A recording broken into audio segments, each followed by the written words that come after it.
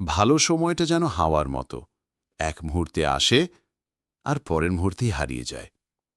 যখন আমরা খুশিতে মত্ত থাকি, হাসি, আনন্দ, স্বপ্ন দেখি, তখন সময় যেন দৌড়ে পালিয়ে যায়।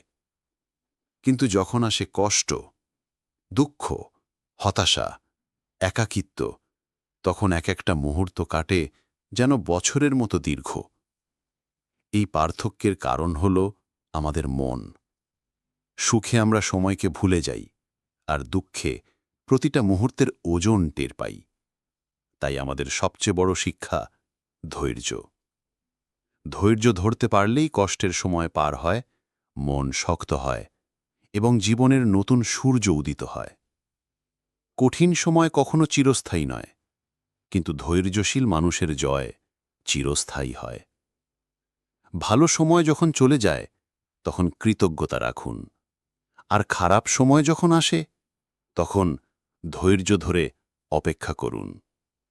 জীবন সবসময় এক রকম থাকে না। আজকের অন্ধকার কালকের আলোয় রূপ নেবে, যদি আপনি হাল না ছাড়েন।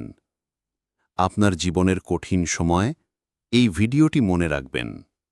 ধৈর্য ধরুন, ভালো সময় আসবেই।